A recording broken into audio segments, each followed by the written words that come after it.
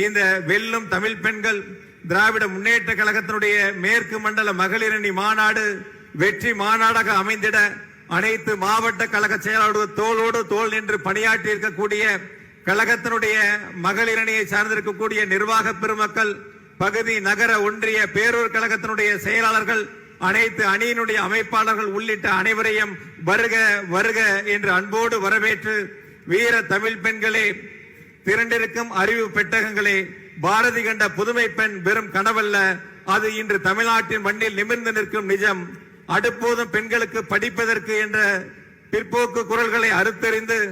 அண்டத்தை ஆளும் அதிகாரம் பெண்களுக்கு என்று பறைசாற்றும் திராவிட மாடல் ஆட்சி நடத்தும் மாண்புமிகு முதலமைச்சர் தளபதி அவர்கள் சிறப்புரையாற்றும் வரலாற்று சிறப்புமிக்க இந்த வெல்லும் தமிழ் பெண்கள் திராவிட முன்னேற்ற கழகத்தினுடைய மேற்கு மண்டல மகளிரணி மாநாட்டில் பங்கு பெற்றிருக்கின்ற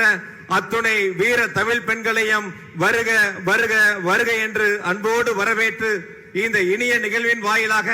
2026 சட்டமன்ற தேர்தலில் இந்த மேற்கு மண்டல மாநாடு அடித்தளமாக அமைந்திட வேண்டும். மேற்கு மண்டலம் திராவிட முன்னேற்ற கழகத்தினுடைய கோட்டை, நம்முடைய கழக தலைவர் மாண்புமிகு தளபதியுடைய எஃகு கோட்டை என்பதை நிரூபிக்கக்கூடிய வகையில் 100% வெற்றியை 2026 சட்டமன்ற தேர்தலில் அனைவரும் இணைந்து பணியாற்றி கழக தலைவருடைய கரங்களிலே வெற்றி கணையை சமர்ப்பித்திடுவோம். அதற்கு இந்த மேற்கு மண்டல மகளிரணி மாநாடு, வெல்லும் தமிழ் பெண்கள் மாநாடு அடித்தளமாக அமையட்டும். வருகின்ற உங்கள் அனைவரையும் மீண்டும் ஒருமுறை வருக வருக என்று அன்போடு வரவேற்று, கழக தலைவர் அவர்களுக்கு, முதலமைச்சர் அவர்களுக்கு முதலாவதாக